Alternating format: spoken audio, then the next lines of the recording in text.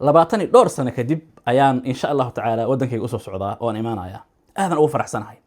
mana soo koobi karo run ahaantii farxadda aan dareemayo bal dadka anigoo kale ah ee 22 ka sano 30 ka sano 32 ka sano waddankii ka maqnaa marka aad ku laabanaysaan farxadda ka soke dareen ma jira oo aadan cabiri karin aad dareemaysaan tii aan horta dareemaya run ahaantii mana cabiri karo wuxuu yahay marka waxaan dhahay waan imaanaya hadda waan soo socdaa 6 bisha Agoosto 2025 ayaan Ilaahay idinkiisa imaan doonaa waxaan ku faraxsanahay xaqiiqatan inaan arki doono aabahayga walaalahayga familiyadeyda qaar ka mid ah qaar ka joogan ula jeedaa Ilaahay idinkiisa xamar ayaan usoo socdaa iyo meelihii kale Ilaahay ii qadaro laakiin nacam salligeyga ugu weyn waa xamar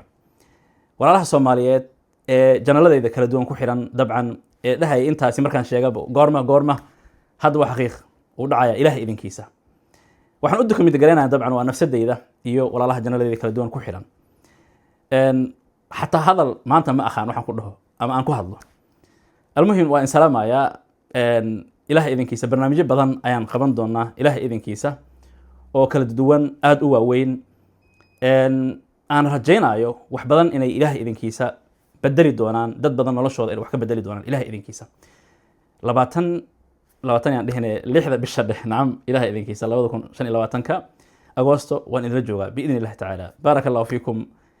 إيوه is arag wanaagsan insha Allah kulay inta aan soo bixin maalin ka hor waan soo sheegi doonaa Ilaahay idinkiisa laakiin waan ku mintagareenaa safarkayga guud ahaan Ilaahay idinkiisa marka farxad darteeda hadalka xitaagan dhumaayo marka salaamu alaykum wa rahmatullahi wa barakatuh